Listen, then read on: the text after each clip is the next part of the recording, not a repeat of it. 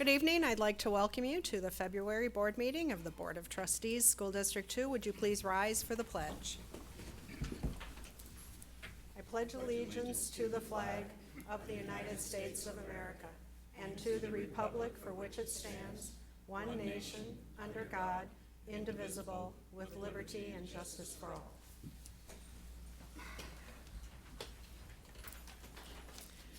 Thank you for being here this morning. The first item on our agenda item is the recognition of gifts and donations. And I would like to introduce Dave Cobb and ask him to come to the podium, and he is going to introduce Scott Corey, who received the National Federation of High School State Music Award, and Mark Wall, Montana High School Service Citation Award. Mr. Cobb. Thank you, Madam Chair, members of the school board. As a member representative of the Montana High School Association, I'm greatly honored to introduce and to recognize two individuals who are very valuable to our district. First one, this year, Mr. Scott Corey of Billings was awarded the National Federation High School Music Award for Montana.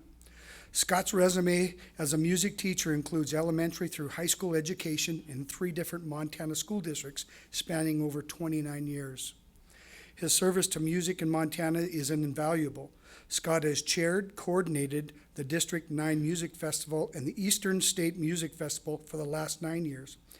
He has organized the All-State Music Festival 3 times during his tenure as the Fine Arts Coordinator for the Billings Public School System. Scott also finds time to be a music adjudicator and clinician for Montana and Northern Wyoming festivals.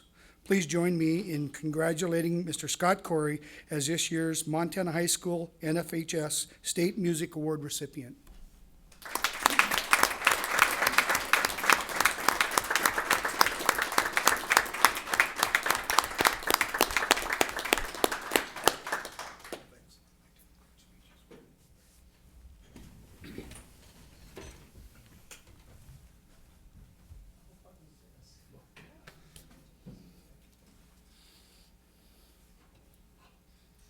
Congratulations and thank you.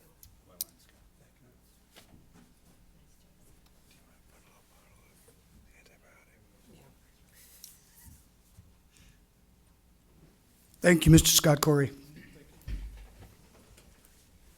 This year, our Montana High School Association Service Citation recipient has been an activities director for our district, for this district, since 2011.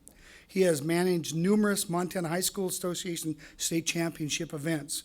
Some of the postseason activities which we have benefited from is his expertise, including the state championship events in football, basketball, wrestling, soccer, tennis, golf, and fine arts. He has volunteered his time as an MHSA committee member, and he never fails to assist with any tasks when called upon by the association. Meeting the needs of this entire district is no small task, yet he continually contributes to the MHSA activities at every level in every classification. He continues to help make the annual All-State Class Wrestling Tournament a great event that is by coordinating volunteers, mat setup, and many other details of the tournament at Metro Park. Anyone who has had the opportunity to work with this administrator can testify to his calm demeanor, efficiency, and effective communication skills. Please join me in congratulating Mark Wall as this year's NFHS Montana High School Association Athletic Director of the Year. Good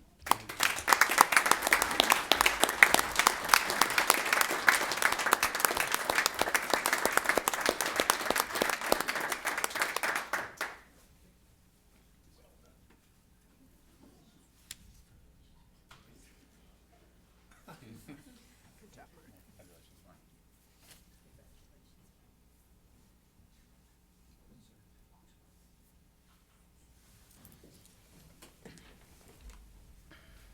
And I'd like to invite Brenda Cope, K-12 Executive Director, up to introduce Travis Niemeyer, who is the MAE-MSP National Distinguished Principal Award recipient. And hopefully you'll tell us what MAE-MSP stands for. Yes, and all of you have to say that 3 times really fast. Okay. It is indeed an honor to be able to stand before you this evening to introduce Principal Travis Niemeyer. He is a winner of the MAEMSP, which stands for Montana Association of Elementary and Middle School Principals.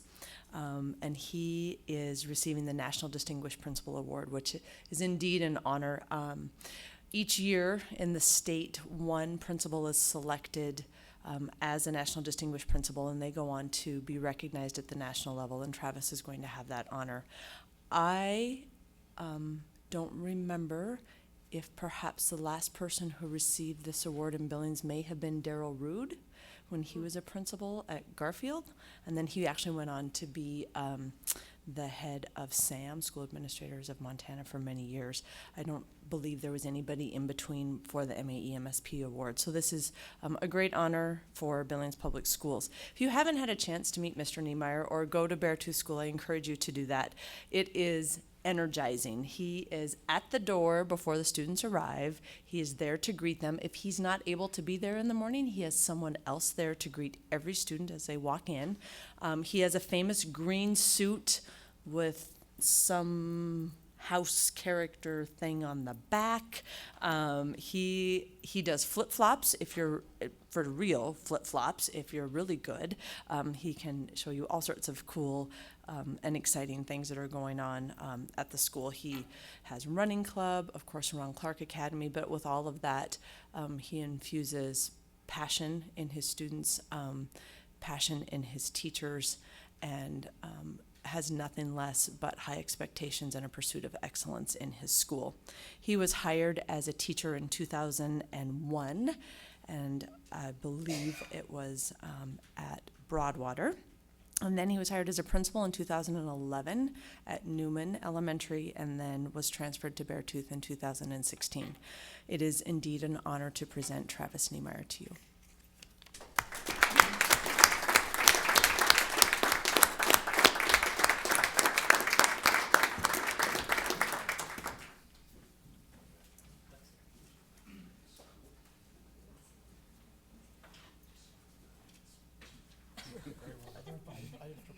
Well deserved, Travis. Congratulations.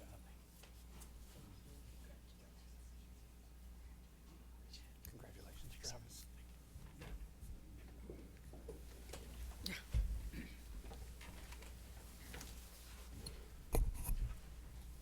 And we're very grateful monthly for receiving gifts from our community. And the suggested action for this agenda item is to recognize the people and groups as listed and accept these gifts and donations with gratitude.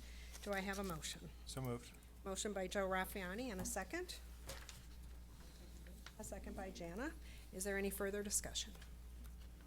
I'll call for the question. All those in favor signify by saying aye. Aye. And those opposed, the motion carries. Next item on the agenda, no communication from the public? None. Okay. Next agenda, next agenda item is the approval of the agenda, and the board is asked to approve the agenda as presented. May I have a motion, please? So moved. By Joe Raffiani, and a second? And a second by Tanya. Is there any further discussion? All those in favor signify by saying aye. Aye. And motion approved carries. Next item on the agenda moves us to the superintendent's report, and Superintendent Upham will report on a budget update, levy information update, and consensus negotiating update. Thank you, Madam Chair. Just to follow up with some of the budget work as has been ongoing, I greatly appreciate the amount of people who offered public comment last month and the efforts that have gone into, what can we do to help the situation. And as we look at building a platform for information and questions at the state level, please know that I have reached out to the other AA superintendents, as referenced earlier, several board meetings ago, just to talk about what the needs are across the state of Montana. And all AA superintendents and board chairs feel that the traumatized classroom is a primary issue of concern. Along with that, I have discussed some of the challenges with the funding components and those types of situations, so that's an ongoing conversation that we'll work together as far as statewide type situations to share each other's issues and supports and ideas. And again, I'm not looking to call out anybody or anything with this. I just think that we need, as we look at our budget situation, we need to look not within our own budget, but also statewide for any supports and changes that we may see in the future that could assist and support us in some of the issues that we're dealing with. In conjunction with our budget, the work continues. As you well know, you received a document a time ago just outlining the reductions, proposed reductions, and all of those components and pieces that fit together. We have looked extensively at music. We are continuing to look at that. We are not prepared to make a public statement at this time. However, I do compliment our associate principals in the middle schools and under the leadership of Brenda Koch and Dave Cobb to assist with what does that look like walking out. They're taking all the concerns and all the issues under advisement and are working through that. As far as the personnel and the HR components that are attached to it, we have had conversations with all of those employee groups that are being impacted by this reduction in conjunction with our non-tenured staff. I chose not to pink slip every non-tenured staff. Pink slip is an old term for identifying or notifying that they would be non-renewed at the end of the year. I will not do that. I think that we can maintain as many of our FTE as possible. I didn't want people to panic or be in fear and begin looking for positions before all of this had a chance to walk itself out. I wish there were a better answer that I could give you as far as the timing of it. We're probably almost a month to 2 months ahead of our hiring process just because of the issues that we're dealing with. So I'll keep you updated on that. I know that question is a little bit not trying to be evasive at all. It's just that we won't know all of the components with where all our FTE land until later with this process. So any questions on that? When do you start receiving retirement notifications? March 1st. As soon as we gather all that information, it will assist in helping us. So, as far as the levy information later on, excuse me, in the budget, you'll see that the levy document is there. I referenced it earlier. We are asking for the authority for 1.6 million.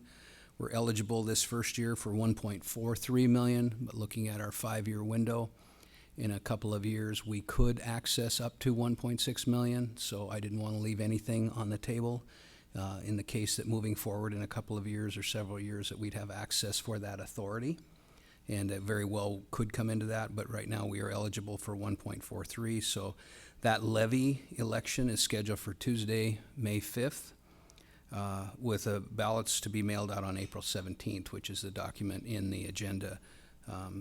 Beginning to work with our BEA president and all of our groups and putting the information, all of the information together and getting that ready to go out. We will have a strong emphasis on social media as we had with the high school levy. We'll continue with that, not to mention the grassroots component of it as we've always done, and look for volunteers, and that I am speaking with groups at this time about the levy. The levy is not earmarked for any one specific thing other than the operational costs for the district. So we need to pitch in together and work to get that levy passed. And I'm optimistic and excited to get back out there and visit with our community. They've been outstanding and very supportive. So hopefully that message will continue and we'll move forward. The third component is the consensus negotiation. I felt that in looking way back when we were facing the budget issues that we were facing and are facing, that I felt a new approach to negotiations would be beneficial to us. And we met last week for 3 days, Wednesday, Thursday, Friday, or the week before. My weeks are running together now. The week before, Wednesday, Thursday, Friday. I'd forgotten how exhausting it is on that third day. You do go home and rest for a couple of days, but I felt very pleased with the amount of information that was shared, the framework that was established. I think everybody had a chance to discuss concerns that had happened in the past, some areas to work on moving forward, and really the consensus approach is we put the issues in the middle of the table and we work to solve them together. And so We're in the process, right now, my office is in the process of notifying our union presidents about next steps and beginning continued negotiations separate. They won't be collective together as they were in these first 3 days, and work to solve the issues that we're facing moving forward. Another advantage of consensus negotiations is to establish a long-term framework for possible solutions moving out, because it's going to take us some time as we move forward. It's not just a one-and-done deal. It's not this year's or this contract, but it's moving out. And probably one of the areas of concern, of the greatest concern, not to mention the obvious of just the deficit and the salary and benefits, is the challenge that the lack of substitute teachers is having on the district. And so that will be a priority area to review. It is impacting all of our employee groups because one group has to cover for the other group, and in the end, I think we're just struggling with that. So, and it's probably not subject to change. I don't think there'll be a large amount of substitute teachers that move in the next year. So this is an issue that we're going to have to work internally to solve. It's very challenging. I greatly appreciate everyone's involvement and willingness to spend that amount of time, the 3 days, and it will continue on, as I stated. And it was a great commitment from a lot of people, and I felt a very, very powerful process. And I know there are members of trustees that are participated in that, and I thank you for spending that amount of time. And I would open it up for any comments or shares that you'd like to, any stories you'd like to share out. So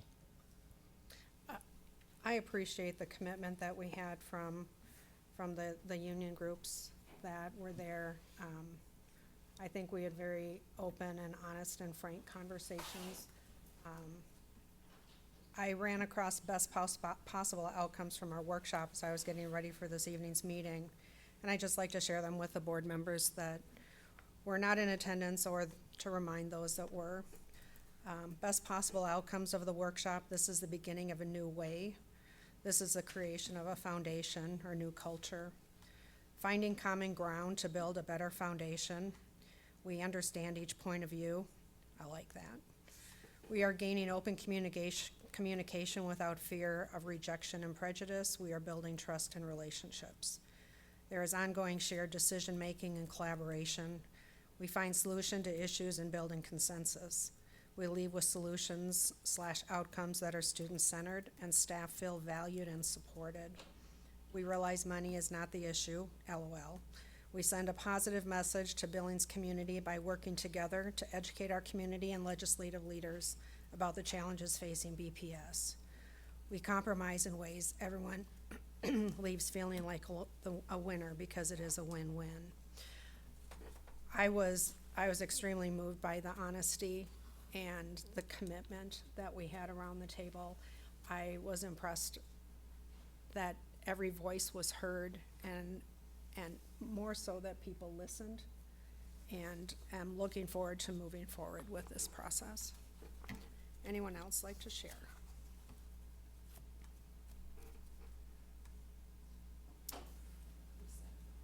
said it all. That wraps up my portion of the superintendent's report, so thank you. All right, thanks, Greg. Next item is the Board Operation Committee. The board will do, so the superintendent's evaluation had been extended until today. And the process going forward is that Craig will collate all of the information and go over that with Trustee Raffiani. And then Trustee Raffiani and I will visit with Greg about the evaluation, and an initial report will be presented at Board Ops on May 4th. And then further review and discussion as needed will take place at the March 16th regular board meeting. Did I have the right date? You just said May instead of March, but. Oh, March, excuse me, thank you, March 16th. Are there any questions? All right, presented for information only, and then that moves us on to the Planning and Development Committee report. Ms. Jana Hafer.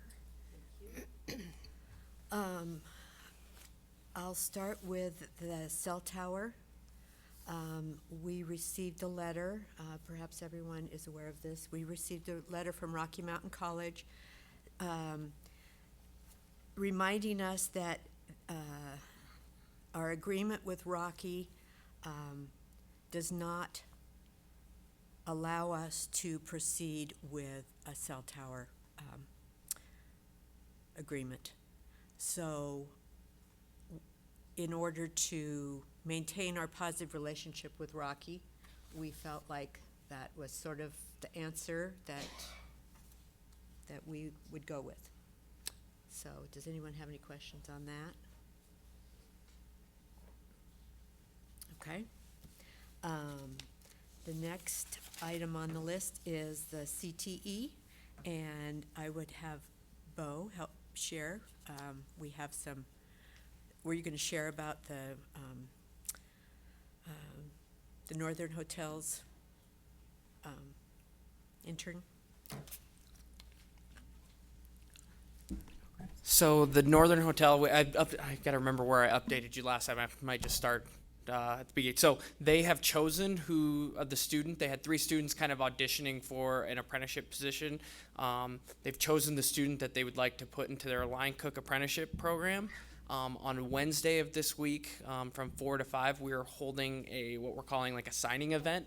So the student will sign the paperwork the formal paperwork to get into his apprenticeship program, basically saying the Northern, the student, and the registered apprenticeship program are agreeing that they're going to do this. But we're kind of centering it similarly to how you would like an athletic signing day, to say, hey, this is something that we should elevate to the level of getting a college athletic scholarship. The student's got a paid job in educate.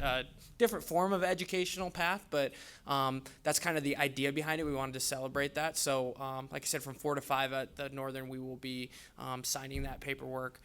Everyone's welcome to come to that if you'd like to do that. It's kind of a cool thing. And the student actually is preparing the hors d'oeuvres that are going to be served there. So he's obviously working in the culinary industry, working in the kitchen, so he got to choose what he was going to serve the people there. So it's been a long process, with the Northern being a great partner and with Cafe Protege, and this is kind of just the first, the fruits of their labor are finally coming up, and I know they're extremely excited to have this student. And I should mention, some of the trustees attended the meal last year that our Cafe Protege students prepared for some of the trustees and some of the school district people and just community members, and he was one of those students. So it's, like I said, it's kind of cool to see the end of that process and see that it works out if you have engaged industry partners and students when they need to step up and ring the bell and really step up to the opportunity. That we've got those students that will do that. So anything else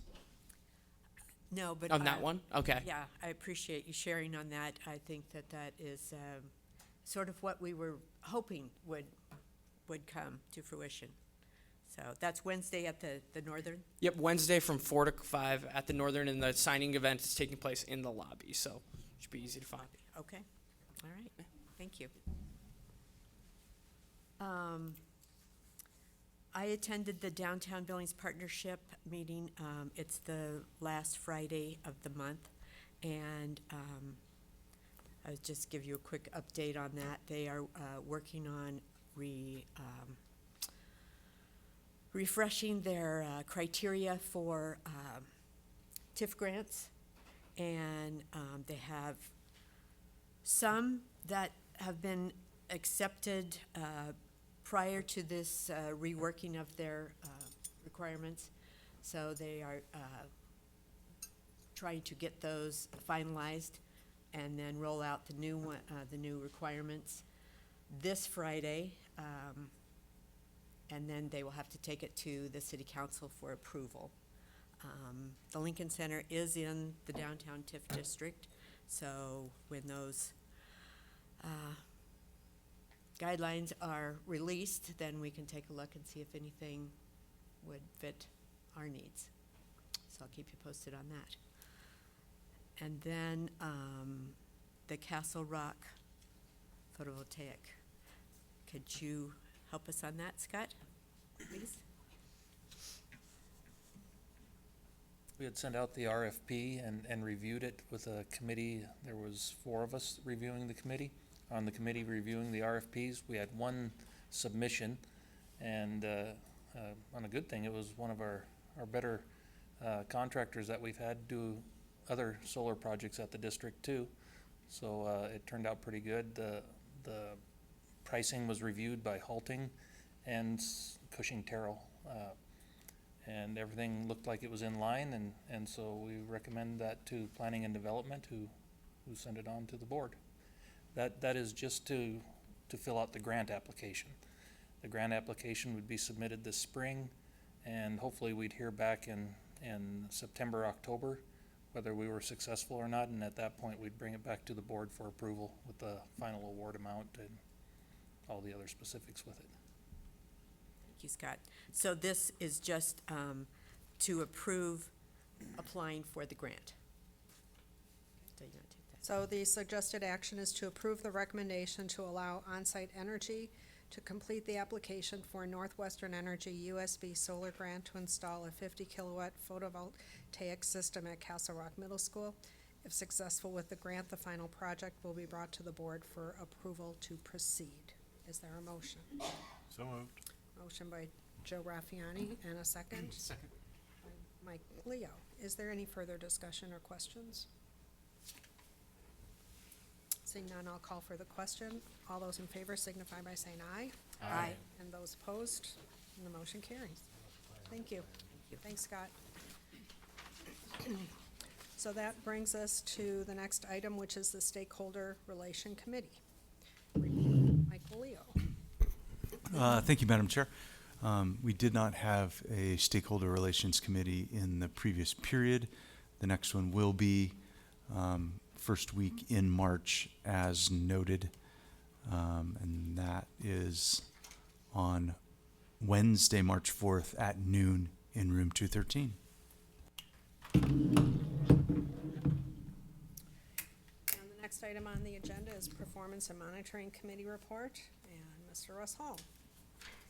Okay, so we had our performance monitoring committee meeting. Roger has put together some great data regarding our graduation rates, and I asked him to add in a couple of things, which he's done, to look at our graduation rates over a longer period of time, and then also, you know, what's the cohort size. And I think, you know, what you'll find as you've looked through this is that it's been a positive growth. We've been increasing our graduation rates, lowering our dropout rates, and in general, and you know, making a good impact on our community. So we will talk through this, Roger, once that comes on board.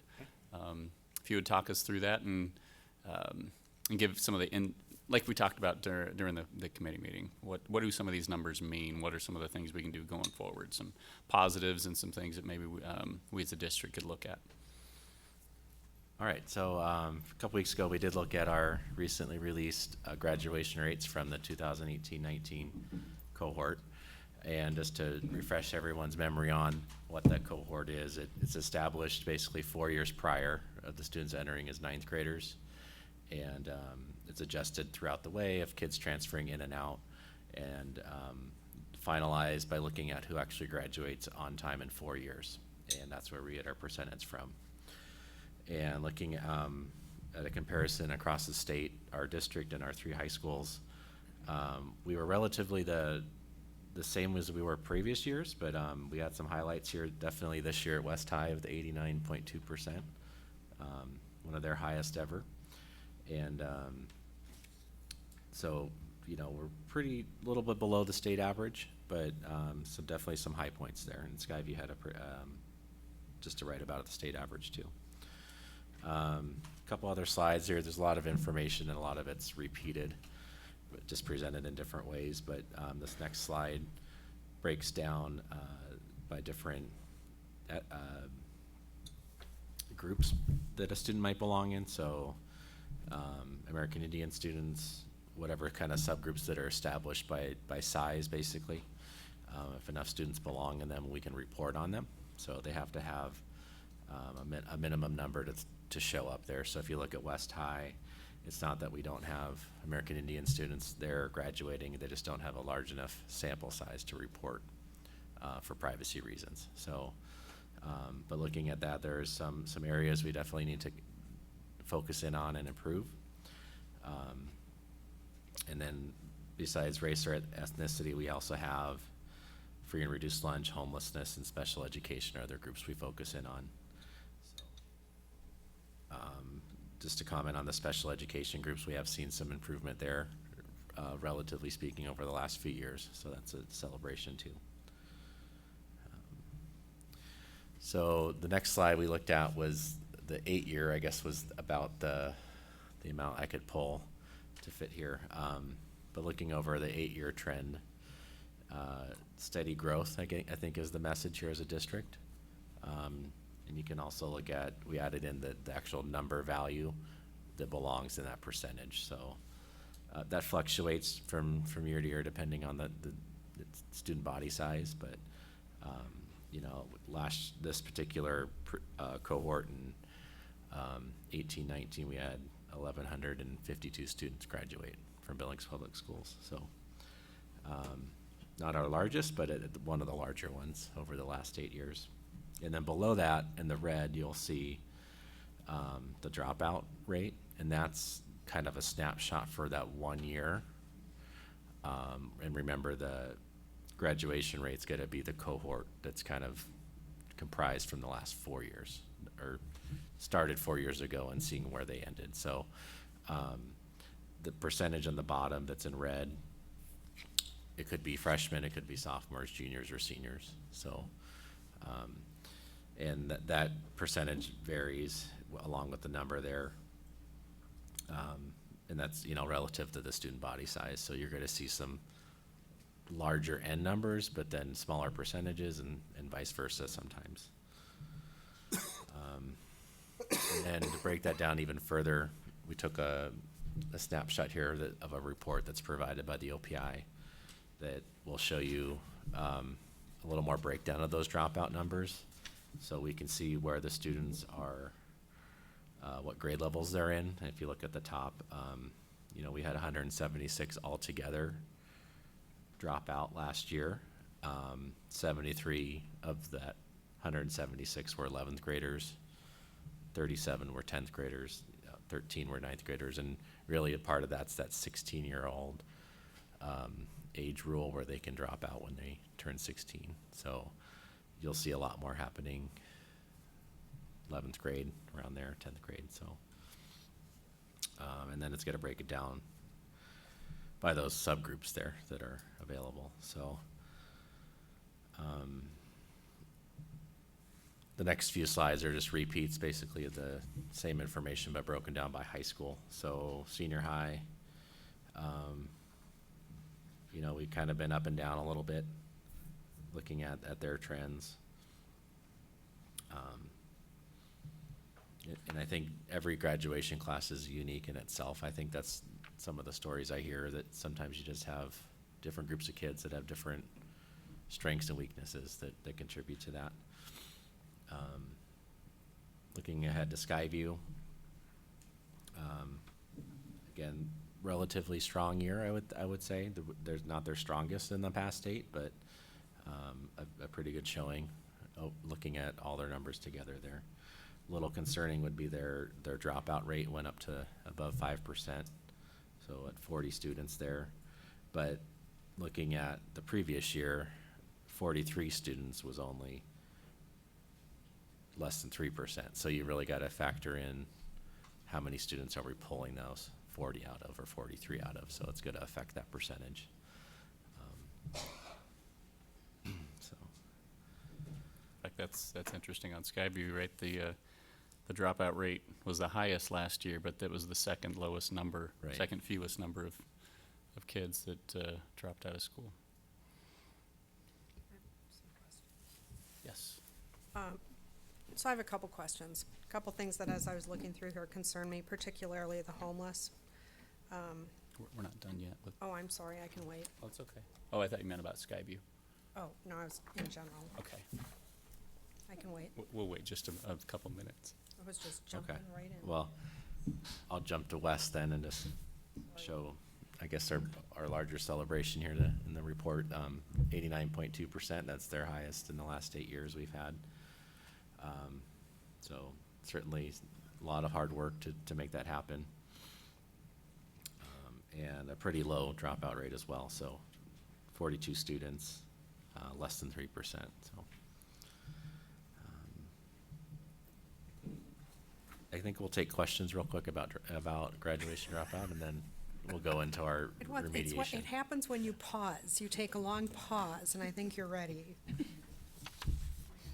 Yes, you may ask a question, Madam Chair.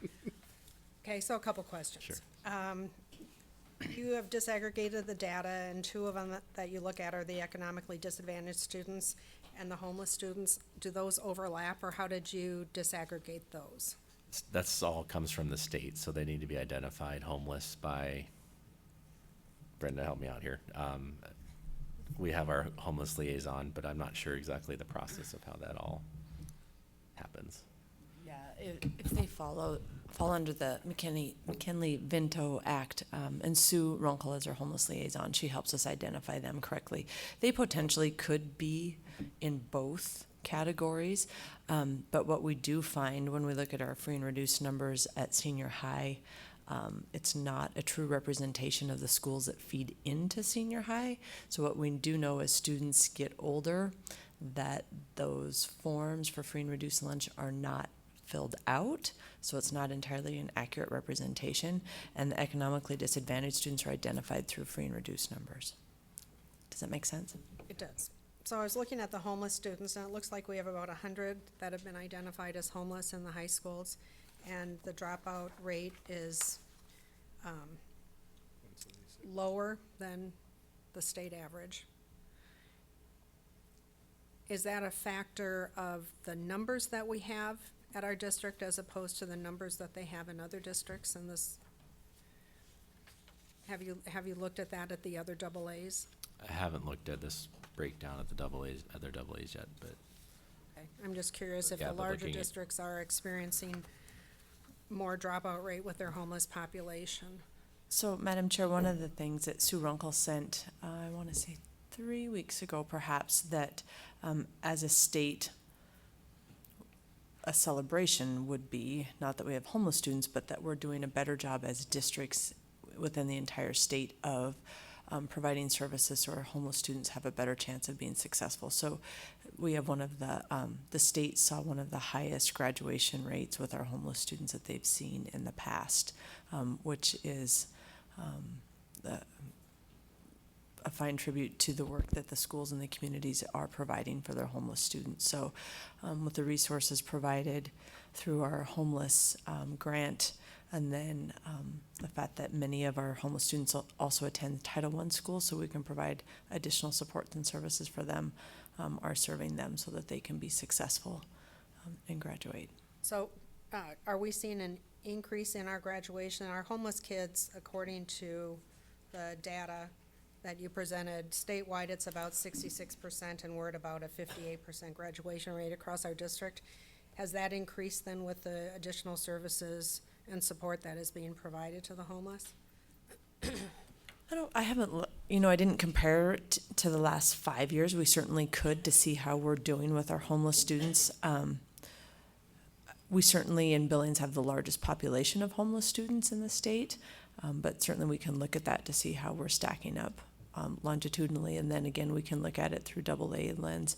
I did ask Sue to visit with OPI with Heather Denny to see if she could get that information. Okay, thank you. Okay, questions, yes? Your mic's not on. I think this is perhaps maybe the third slide, graduation rates by school disaggregated. Okay, so there's some asterisks here. American Indian, are there no American Indians at West High or none that graduate? I'll skip ahead to West. So if you look at this slide, this breaks down where we're getting those numbers. And if you look here, there's all asterisks, which basically means there's less than 10 students Less than 10. that graduated. So we had, I think, publicly, I probably shouldn't say, just to mask privacy, but that's the general rule from the OPI. They aren't gonna publish that in a public report. if it's less than 10 students. So we had some that were in that cohort, but it just didn't amount to a number that we could publish publicly, if that makes sense, just for privacy rules. Okay. So, And then also with Black or African American. same thing. It just didn't break the threshold of 10. We have students that fit in those subgroups, just not large enough to report publicly. So, Are we missing out on what we can do to help these people? well, internally, we can go and look at those numbers. So, but I just said a public meeting couldn't present that. So, yeah, so we are able to unmask the data and look at it at the school level and share that with appropriate people, but. Okay. That's a standard from OPI, Okay. as far as those numbers and how it's reported. That's not of our choosing. Let's see, and I know you have one final slide, but before we get there, I have a question for Mr. Cobb. I wondered if you would be able to come up, and I've got questions about West, because it's really great, and this was something that I didn't prep you for that, sorry. But we look at that trend, and there was an 89% graduation rate last year. That didn't magically happen. That started years ago. And I know, with you being at West for a number of years, I wonder if you could, pontificate, if you could think back to some of the programs that happened quite a while ago. Well, I think Brenda and I have talked about that 89%. One of the things I think could be contributing is that it's the new programs that West High has added. And I believe the last 2 years we've added a new alternative school within a school for kids who struggle in large environments, who are behind in credits. It's some alternative delivery for those types of kids. And I think that was one of the contributing factors of keeping those types of kids in school. Oftentimes those kids who struggle get behind, they give up. And now there's an alternative way besides just credit recovery for those kids to learn in smaller environments. I think that would be one of the things that if Mr. Hornby was here today. So I think that was one of the large contributing factors. But again, I think like Roger said, every kid's different. Every kid's, has different needs. And it's frustrating as a school and as a principal, because, you do things one year and you go to 89%, and then next year you do even more, and you sometimes go backwards. It's because it's an individual thing. It's based on individual needs within that kid and individual decisions that sometimes kids and parents make. Right. And what's interesting is looking at the trend over time, and where this is a cohort. This is a cohort that starts in 9th grade. Is there anything that are there some programs that you all could point to that happened? We start 83 and then 84. You bet. So that's going back to 2010, 2011. Yeah, I'm going to go back and we talk about the credit recovery that we implemented, I believe 6 or 7 years ago, where, a kid would have to go back and then repeat an entire semester if they failed a class. And now with that credit recovery, we placed kids into classes, and even they tested in or tested out based on where they were deficient within that content area. And so that kid just got to go in and continue. The other thing that we expanded was the opportunity for kids, at the end of a semester, we gave teachers permission to give kids more time, so that at the end of that semester, it wasn't just a failing grade. We could give them incomplete, or we gave that kid more time to make up tests or quizzes in order for that kid to earn the passing grade and the grade that they deserved. I think that was another huge contributing factor. And I think, and the other, if I can just, sorry, Russ, please. I think the other contributing factor is our teachers are working very, very hard to meet the needs of every kid. I think that was another district focus that we really focused on 5-6 years ago. And our teachers and administrators are doing an outstanding job with that. The first two things you mentioned, were those specific to West High? No, all three schools implemented the credit recovery about the same time. West High was about a year late. If you remember on the alternative setting for kids with school within a school, Skyview piloted it for 1 year, and then I believe Senior and West High added it the following year. Right, right. But I think those would be the two things, Mr. Hall, that I could at least, and then obviously the new leadership at West High as Clearly, well. Give clearly. Mr. Hornby a plug there. Great, thank you. Yeah. And Roger, I appreciate that. I think on that last slide, we're talking about the remediation rates, unless there are other trustees have some questions before then. Okay, Well, we added a couple bonus slides too, so I know you'll be excited about that.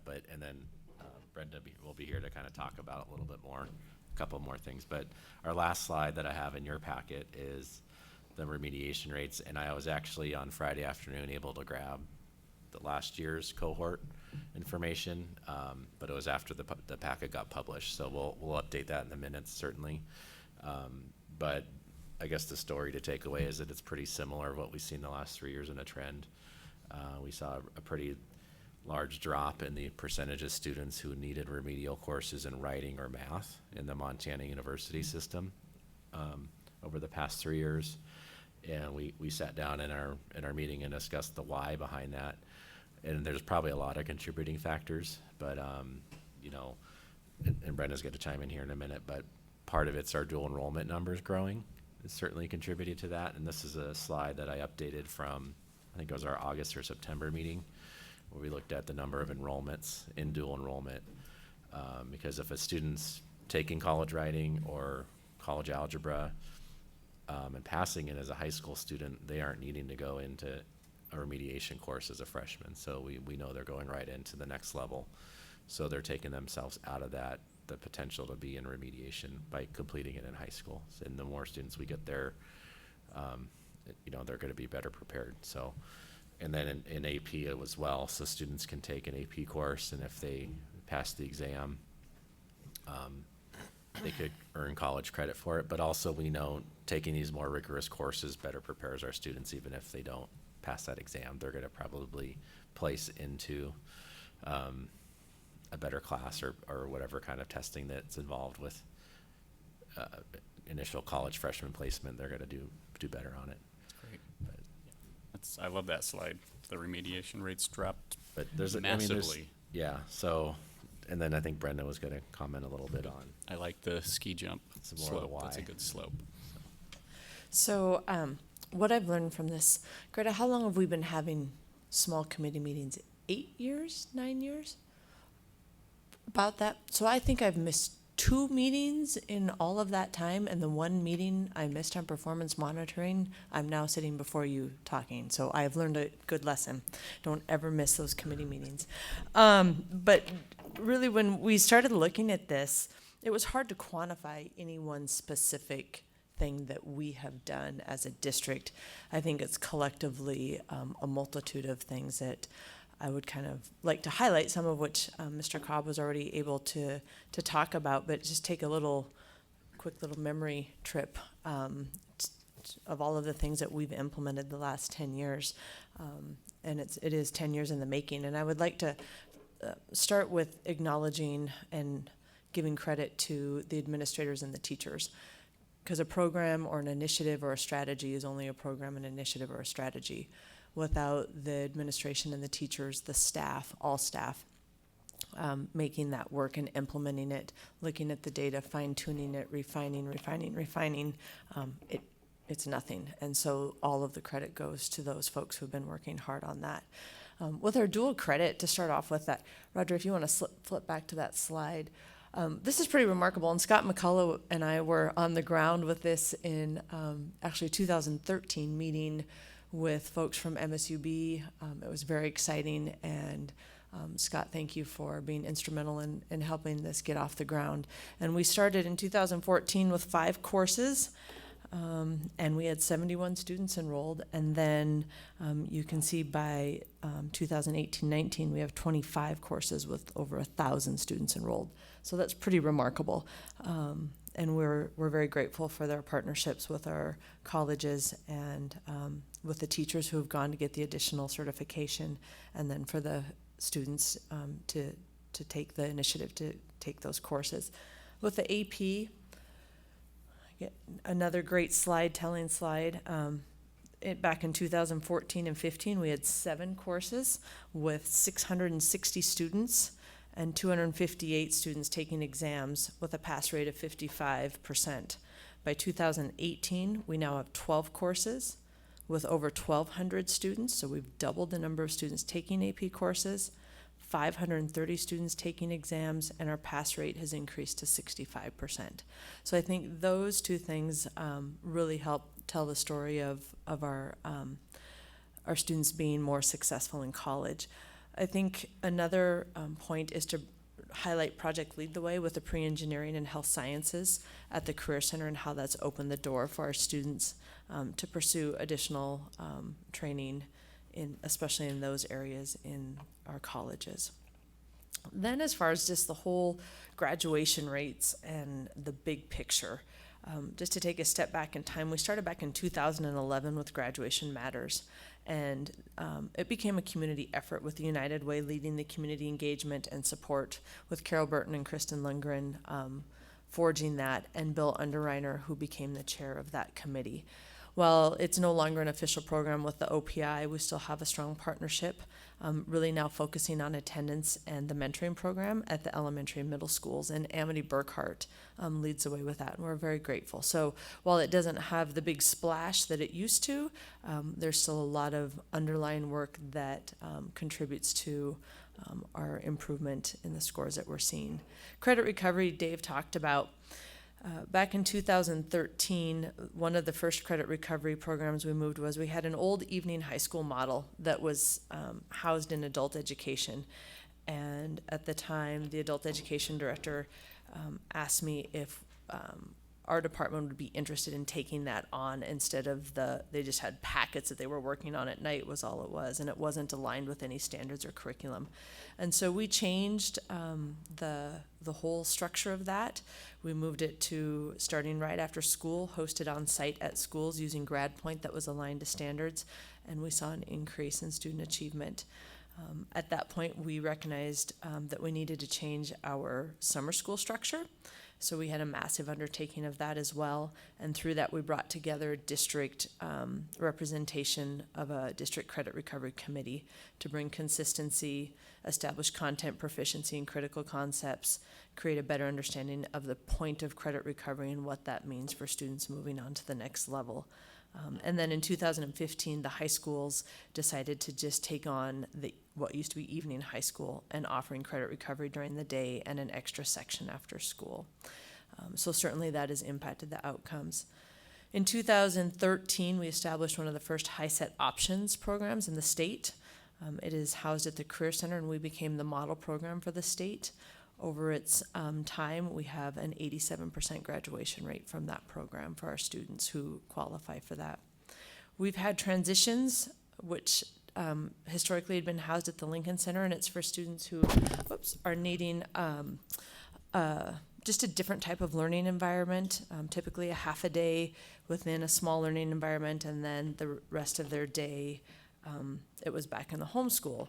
And we said, well, we have the Career Center, why don't we take advantage of that? And so Transitions is housed there now, where students have a very flexible schedule. They can be in a small online learning environment with GradPoint for one class period, and then they can be in the general student population at the Career Center taking other courses. If they need to be in Transitions for multiple periods, they can do that, but it doesn't have to be in a block of time. It's really individualized for students. So that's been exciting to see that program grow and, again, help students achieve. Dave mentioned the small learning environments, which is flexible schedules in a quiet, different type of learning setting. Skyview has an innovative learning center. Senior has Alpha, alternative learning for all, and West High has the Den. PLCs, we have to certainly pull that into the mix of how that's impacting the work that we're doing. We started PLCs at the high school years ago. Scott was a teacher then, and then as a BEA president, and again helped us implement that. And with Superintendent Upham's leadership now, we've really been able to implement that with fidelity, where we're unpacking the standards, identifying the critical concepts, identifying learning targets, proficiency scales, the scope and sequence, and common units. And this is a research-based strategy framework for all schools in the nation. And next year we're going to be working with our common assessments and data protocols. So we're very excited about that. I think we have to acknowledge the work that's been done with the ACT and the work that our teachers are doing in unpacking and understanding what the ACT is, how it aligns with our curriculum. We're now using the ACT Aspire in 7th and 9th grade, and we can do item analysis there. We're using the pre-ACT in 10th grade, so we're becoming better informed with data and how that, the implications of that within the classroom, and for student ownership for their own learning. Identifying our CTE pathways, I think, has been very exciting, and sitting in the committee meetings with establishing the alignment and the accessibility for students. The career readiness, with the push that we've had with that over the last few years, and now with the addition of our career coaches, and hearing Bo speak tonight is pretty exciting. And if you saw the last week with the, that was last week, right, on Monday, with the medical immersion day, and pretty exciting stuff for our students. And then on the emotional side, just working to become more trauma-informed care and understanding student resiliency and how we can help students foster more of that within themselves so that they're resilient to setbacks and to be able to still persevere through anything that faces them, and for our teachers as well. So that was just a little history lesson. I hope it wasn't too boring, but just I think that it all is the big picture. There's not just one quantifiable factor that is leading to what we're seeing with the slides that Roger has presented today. So are there any questions? On the remediation rates showing 2015, 16, that one, was there any like change in classifications at the schools or something, or is this purely a picture of success? Because this is a dramatic reduction, right? I mean, that's what we're saying. I mean, these are numbers the university system reports back to the OPI, and just they tag it to our students who graduated. So, you know, were these programs that you just outlined, I mean, were there a specific large number of them that happened to be implemented right around that time? Is that what we're? You know, when we look at that, I think, especially with our increase in dual credit and AP, I think you can have a direct correlation there. Statistically, I didn't run that, but I do think there's absolutely a direct correlation. You can see where we had a significant jump from those years with students taking those courses that better prepares them for college, so that when they do enroll, they're more successful on their placement exams. So let's chat about those numbers too, because I notice there's a difference in trends, and there's a difference in peak numbers. And I'm wondering if you all have any insights that you may have gleaned as to why the AP numbers seem to be greater and increasing, and there seems to be that hopefully intermittent dip in the dual credit, because, you know, I'm really interested about this subject. I don't know if you picked up on that.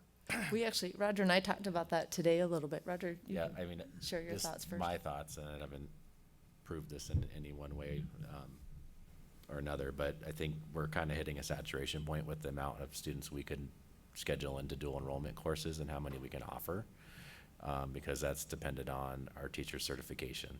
So that's part of it. And I think weighted grades are another part of that too, as we've adjusted that scale, and that's become more of what school is for a high school student. We offer the extra GPA point for our AP courses, where our dual enrollment courses don't offer that, with the exception of one at West High. But so that could be part of it too. You know, the students are.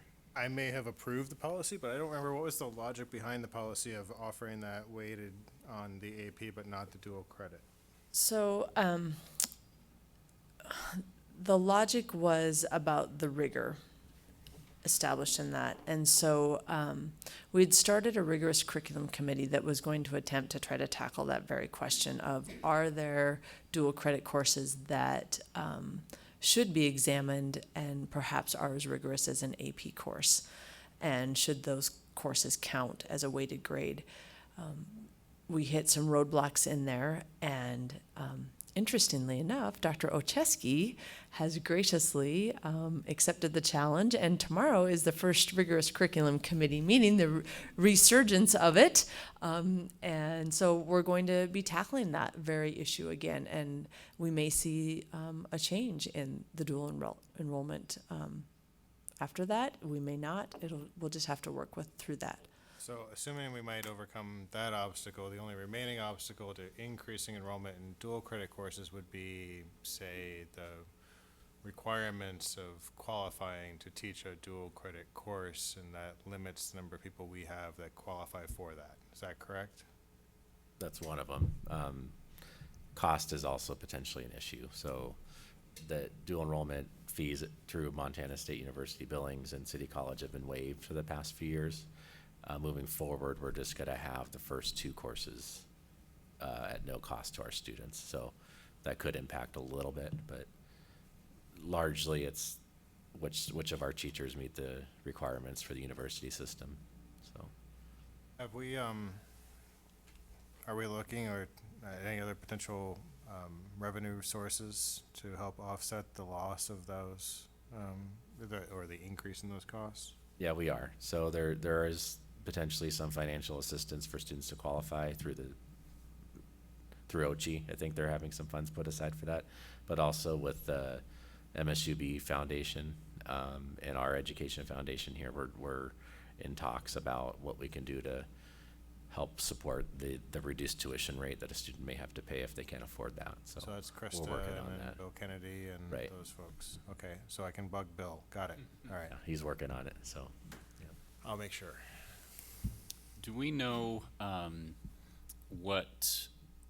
which kids are taking dual enrollment versus which are taking AP?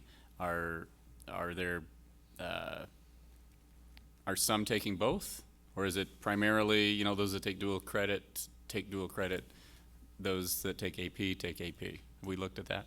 Just it's a curiosity factor. I more than haven't, anything. yeah, we would have to analyze transcripts. I haven't done that. We certainly can. Yeah, I That's mean, an interesting thought. if it yields anything positive, because that could also, that could look at something interesting across the board as well. If our numbers are going to change, what's the enticement? I know, one of my children took the dual credit but never took an AP, and he never would have.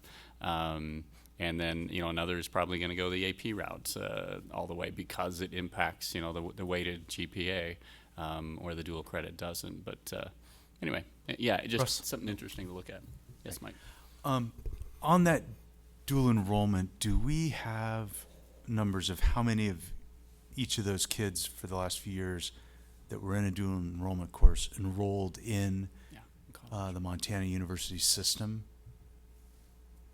I wouldn't have access to that. I know anecdotally they're not necessarily staying in Billings, but they're going to some of them are going to Bozeman or Missoula. Some are coming back after a year or two, but that would be a hard thing for us to track because once they leave our my system. question is sort of the amalgamation of those two, which is it's a chicken and egg sort of a thing. Are we offering the kids who want to go out of state and take credits with them the AP classes they want, and that's why they're taking those? Or are we missing opportunities to keep kids in state that would have otherwise, but didn't have the ability to take the dual credit classes that they would have wanted to or needed to do so? Because if it's the latter, that's what has always frustrated me. It seems like we are doing as much, if not more, to encourage kids to leave the state and take their credits with them than we are to keep them at a school in state.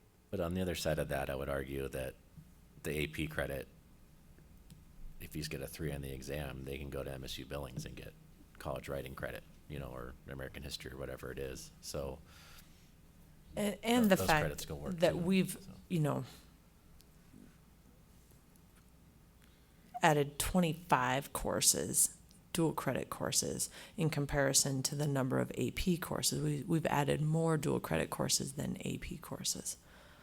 So I just So want to give the just state a getting- hard time. That's Right. not you guys. right. Well, I'm just saying that we're trying to encourage students to stay in state and make that a viable option for them.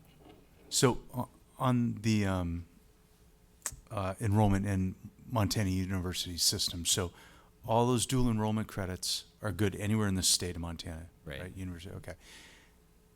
The University of Montana system tells you about remediation, right?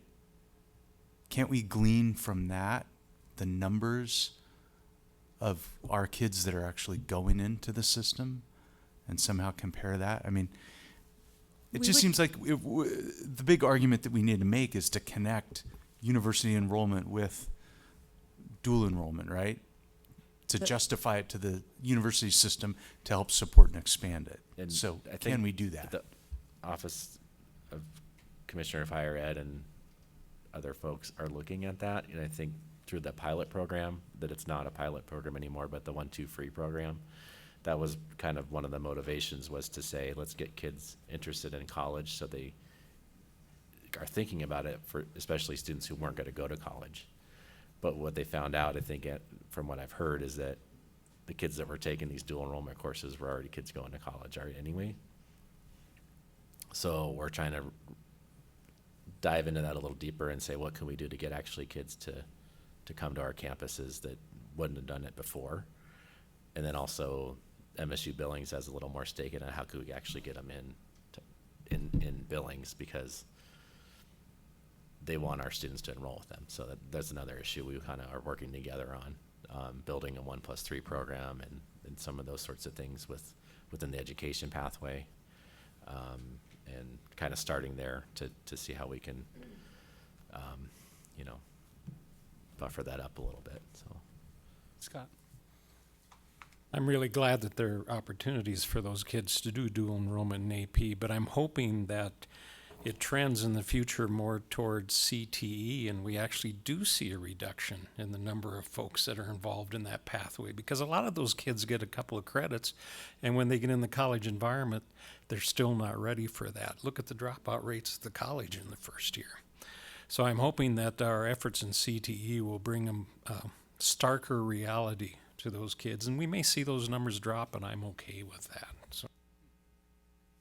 Good comment. And I'm interested too in I forget the term you just used about making sure that our dual enrollment classes follow more, possibly more stringent standards, because it does. I especially the more stringent or similar the classes are to a college course, a huge benefit. I feel like it does prepare our kids. Even the way the way they are established now, I know it's prepared. Someone at my household, he was more prepared to do well. Not that it helped him incredibly his first semester, but he did better than he would have. Well, and one of the things with dual credit is we actually have the exact same syllabi as the college course, and we use the same textbooks and what we've actually found is through alignment we've had to add additional components to meet our standards for some of those courses. So the class that our students are getting on our campus it is the exact same class as they would get on a college campus. And I guess, I don't know if there were other comments or questions. So I think my final thought is, or a question, when this started, obviously there were big goals. Are we achieving those goals as we move forward? Absolutely. I think we've surpassed our goals. Now it's looking at, are we offering the right courses? Is there any saturation of that? And then with the efficiencies in staffing and the number of students taking a course, and can we, offer a course, and making sure that we have a minimum enrollment. All of those pieces now are some of the challenges as we look at if we're going to continue to add courses or maintain what we have, or again, look at different types of courses. Are there more courses that are relevant to students and what we're offering? That could be a conversation as well. But I certainly think we've hit our goal, and I'm very impressed with the work that is happening in the schools. Same. Yeah, this is exciting. I mean, I think of all the presentations that we see, this is one of the most exciting for me, because what we're talking about is how can we get kids to be more successful in life, and high school graduation definitely helps with that. That's a good correlation point. Whether kids, are able to go on to college and be successful in college, that's a huge part. Excited for, our increase in CTE because that's adding another very important component. But it's exciting when you look at the 10-year, what we've done over the last 10 years, there is some correlation that is causation, which is pretty hard to get to often. And so kudos, to the entire staff throughout the district and all the parents and the community members. This is exciting to see. Right. Thank you. Madam Chair, back to you. Craig, for sake of completeness, will you work with Roger and Brenda to get those additional documents added Will as do. an attachment to the agenda? Yes, we will. Thank you. Next item on the agenda, Dr. Chris Olszewski. Per Board Policy 2120 and General ARM requirements, new courses will be presented to the board to begin the 30-day review for final approval in March 2020. I will turn that over to you.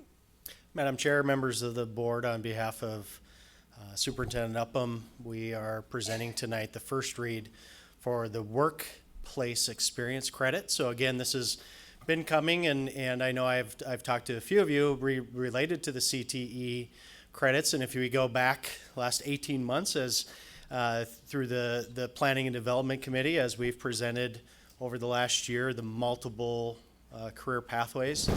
One of the sections on every single one of those charts was the workplace experience credit. And so we've had the opportunity now in the last year or so to really begin offering students an opportunity in their junior, senior year to be able to go out and to get assigned credits for these types of events. We were waiting a little bit for more direction from the state. It actually was a year ago this month, February of 2019, when they first had their first real presentation rollout of some of their visioning on how this would go about. And we actually just got the newest manual January of 2020, which Scott Anderson, myself, Bo, and others were able to sit down and really start fleshing out this credit. So we're comfortable now knowing that what we're doing as a district is going to line up with the accreditation.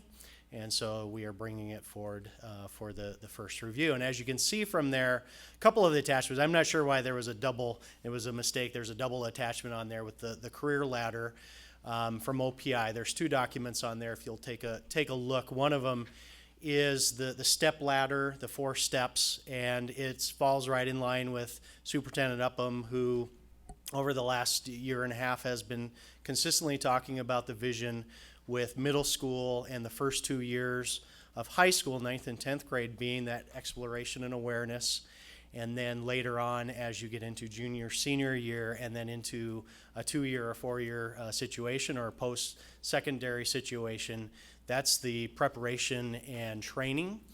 And so what we're able to do, and the state's very clear, is that there's a difference between work-based learning experiences and then there's the workplace experience credit. So just to briefly, without going into too much detail, the work-based learning experiences are like the job shadows and the field trips and the guest speakers, which a lot of our career CTE partnerships and people who are involved with our career cruising are signed up to do, and do the lunch and learns and do presentations and to talk and mentor with students. Those typically don't get credit assigned to it because they're very small, they're short time frames, and a lot of time attached to other courses that they are earning credit for. As opposed to now, what they're saying is in that junior, senior year, level 3 and 4, if you'll see some of the basic descriptions, and there's a lot larger manual, like I said, that they just released on what qualifies there.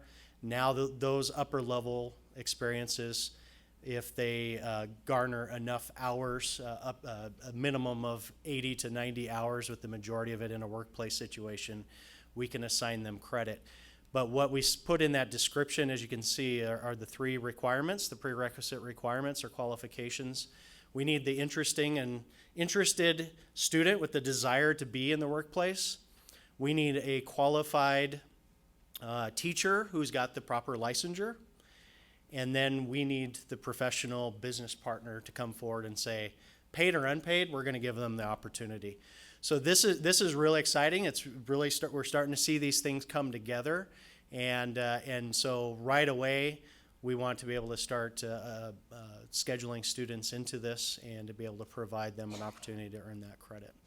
So that's what we're presenting for first read tonight, and then the only other thing I can say is everything that came for first read during the last session. I haven't received any input from staff or the public on those, so those are in front of you in the consent agenda for final approval for the credits. So I don't know if you have any questions, or open it up. Questions on this? And are you planning to roll this out next year, next fall? Yeah, and actually Bo's got a couple situations. We're assigning it right under the old independent study credits this semester, but right away what Bo and some of our administrators and our new career coaches are doing is they're starting to use some of the criteria to establish and kind of test out some of these things this semester, but again, it's being assigned under the old accreditation of the independent study. That will go away and be replaced by this in the fall. Are there any other questions? Jana?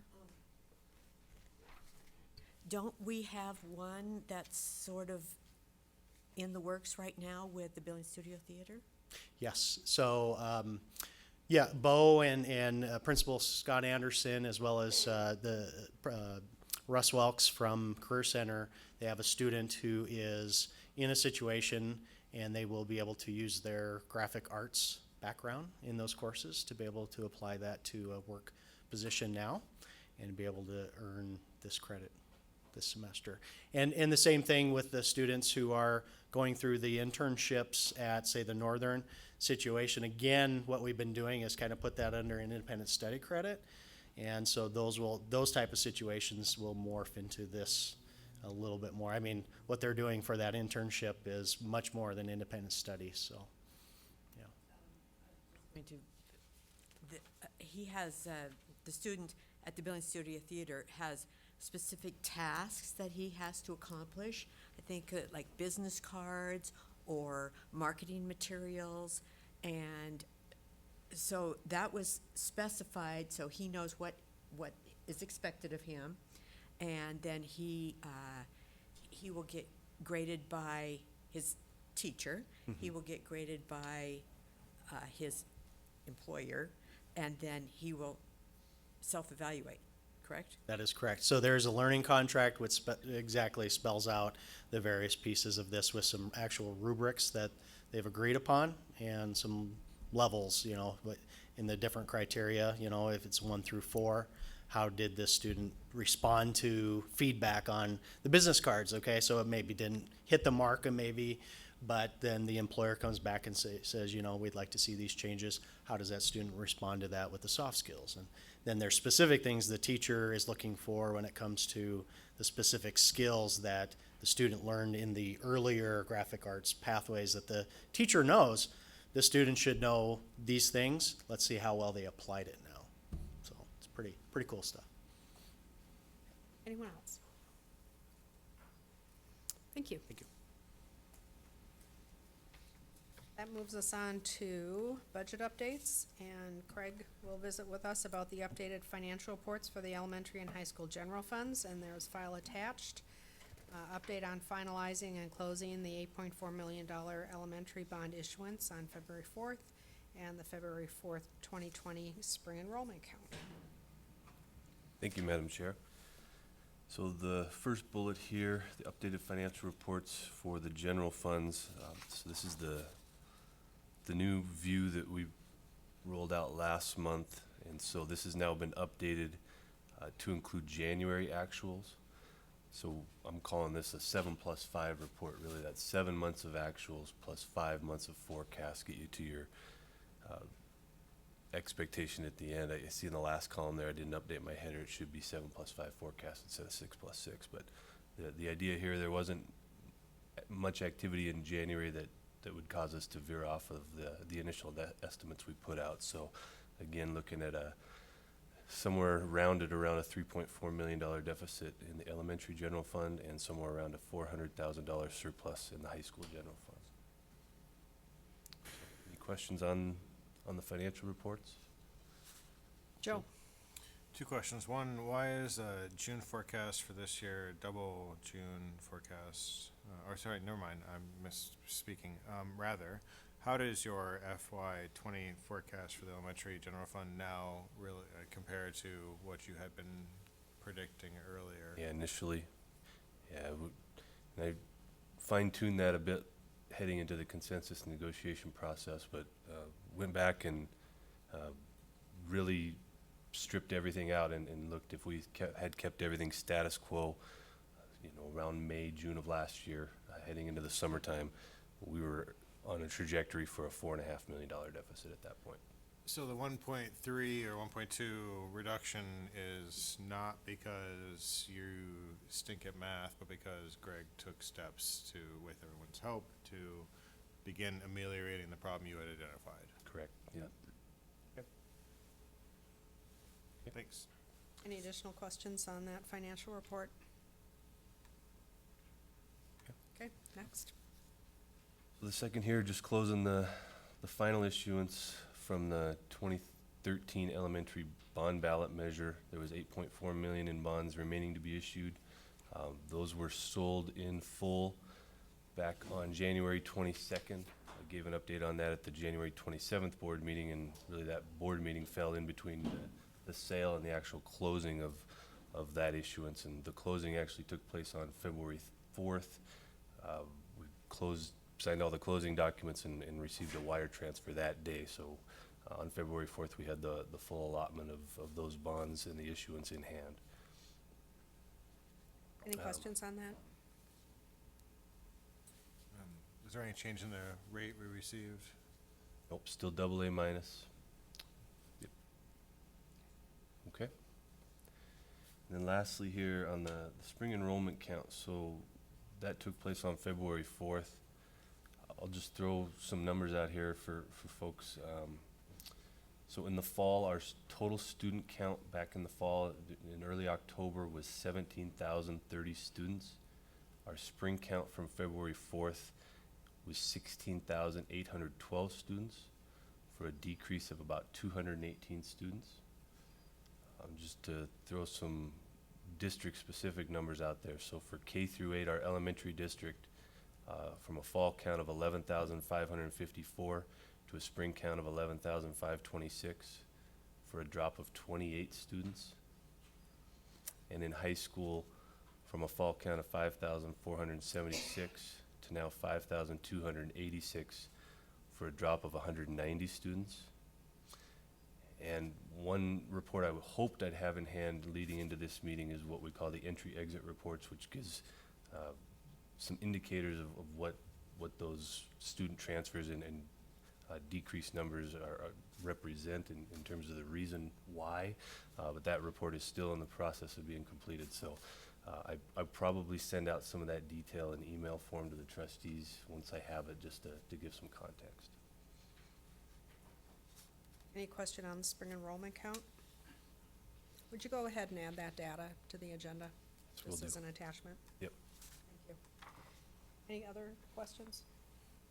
So the next item on the agenda is an action item, and it's establishment of the elementary operational levy amount. And as you recall, during the November board meeting, the trustees approved a resolution to include an elementary school operational levy on the May 2020 election ballot. This next step is to finalize and approve the amount to include on the ballot, which is recommended to be $1,600,000, and attached is a sample of the proposed ballot language for the election on Tuesday, May 5th. So, Craig, what would you have to add? Sure. So, Superintendent Upham touched on the $1.6 million amount earlier in the meeting tonight. So the two attachments we have on here, some sample ballot language, and I'll just run through some of the amounts that are required to be referenced in that ballot language. So a $1.6 million mill levy for the elementary school district would be worth approximately 7.25 mills. The monthly amount on a $100,000 tax assessed home would be 82 cents. And then annually on that $100,000 home, the amount would be $9.79. And then similarly for a $200,000 house, you just double those for a monthly amount of $1.63. And on a $200,000 home, the annual amount would be $19.58. Any question on that? And that information was included in the ballot language, with the addition that the durational limit of the levy is permanent once established approved by the voters. So the suggested action is to approve the elementary school operational levy in the amount of $1.6 million. Is there a motion? So moved. Motion by Joe Rapani, and is there a second? A second by Tanya. Is there further discussion? Joe? Just want to make sure I understand, in order to close our budget gap by about a third, people would have to pay about $20 a year extra for a $200,000 house? That's correct. Cool. Thank you. Any others? All in favor signify by saying aye. Aye. And those opposed, the motion carries unanimously. Next item on the agenda is procedure 2410-P1, high school graduation requirements, and attached is procedure 2010-P1. The board will be updated on the changes that have been made to this procedure. Mr. Van Ice. Thank you, Madam Chair. This is presented for information only. It's a procedure, so procedures don't need board action. They're simply brought to the board for information. So to the agenda item online, I attached the final version, but what I just passed out to the trustees is the red line version.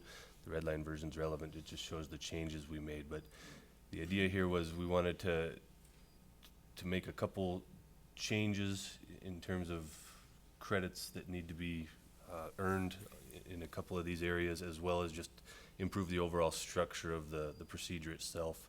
We copied one of our peer AA districts. They had a good layout and seemed to have a simple way of showing how many credits would be required. So just to touch on a couple changes, one example, what was previously called 1 credit in practical arts has now been renamed to 1 credit in career technical. So that was just a naming convention change. And then again, just changing the structure overall so it shows, the total of 21 credits in a concise format. In our opinion, after putting it through LSTs, the group seemed to agree this was much easier to read and navigate. Yep. Any questions? Joe? How come you reduced the expectation in physical education and health by a third? Yep. So my understanding is that requirement had changed a few years in the past down to 1 credit, so this isn't something new. It's just that the procedure did not reflect that change when it was made by the state a few years back. So this is simply updating that to now read correctly. Could we require more than the state requires? Don't believe so.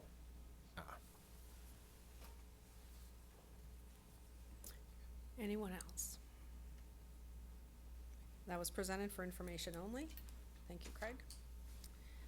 Next item is the AA caucus / MTSBA, and presented for information only. The next AA caucus meeting will be Thursday, February 27th. That's this Thursday at 12 noon in room 216 Lincoln Center. MTSBA next month will be having their annual strategic planning meeting, and it'll be the commencing Tuesday after the board meeting for about 5 days up in Whitefish. Any questions on either of those? All right, brings us to trustee school visits. Anyone would like to share their trustee school visit?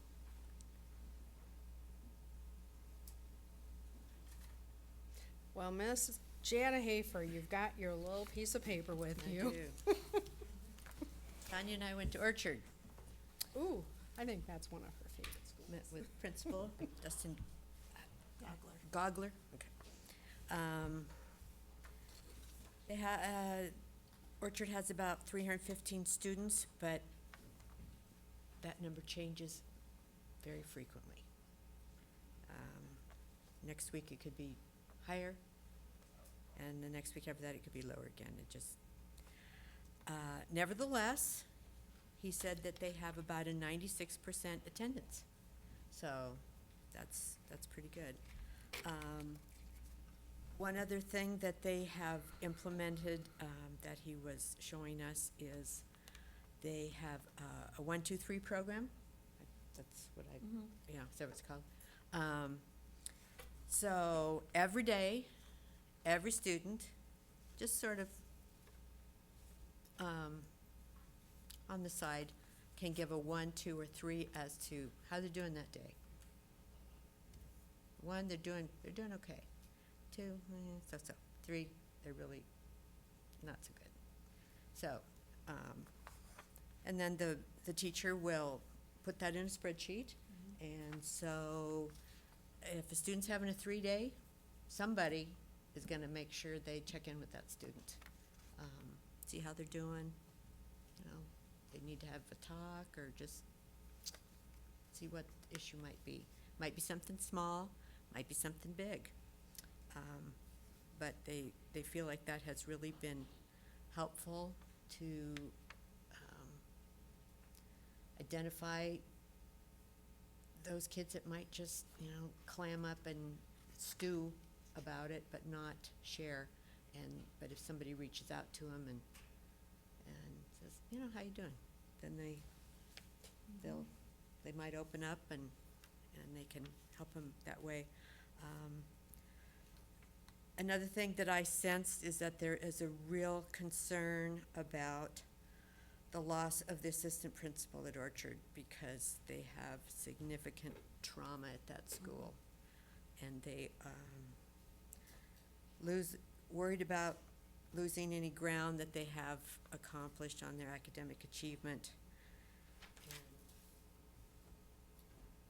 And I don't think they know how they're gonna handle it because it's just too much for one principal.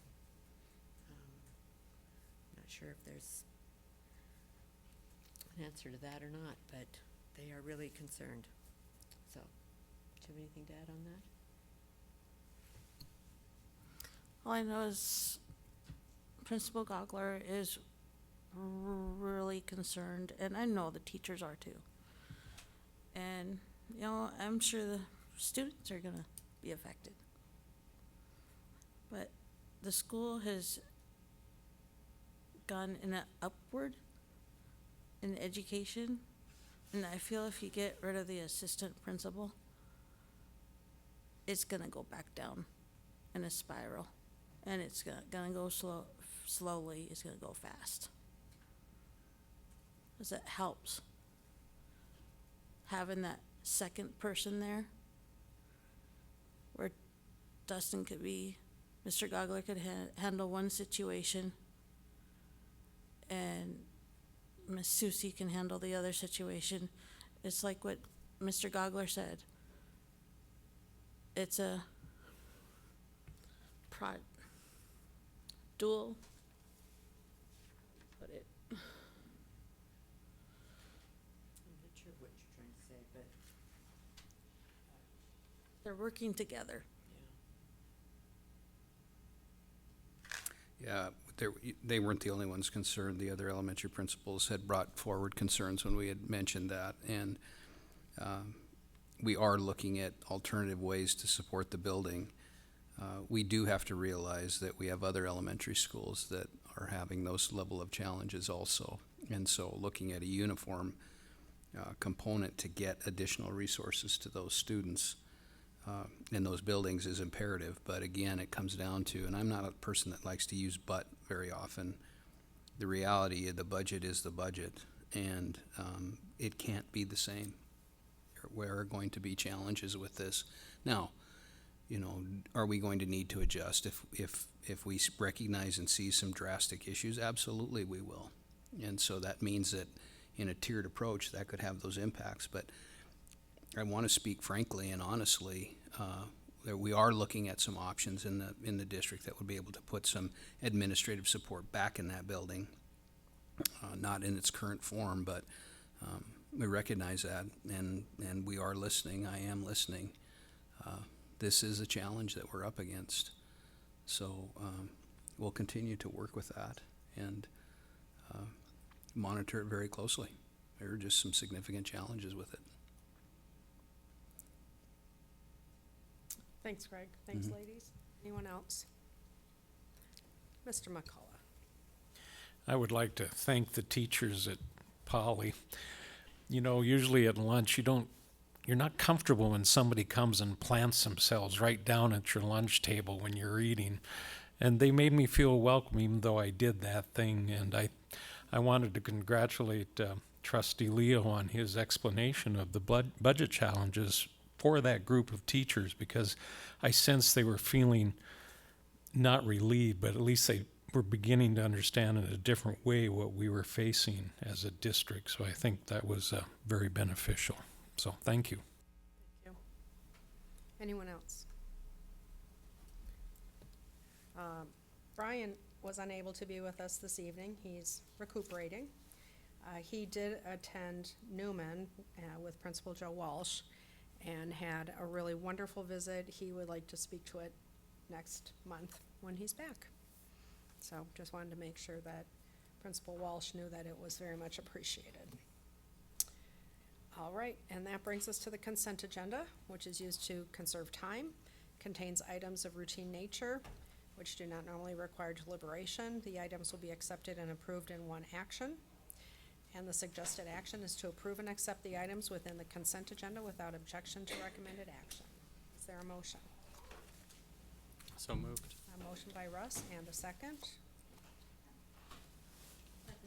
Second by Tanya. All those in favor signify by saying aye. Aye. Those opposed, motion carries unanimously. Motion to adjourn So moved. by Joe Raffiani, and second Second. by Russ Hall. All those in favor signify by saying aye. Aye. Aye. Aye, and we are adjourned. Thank you.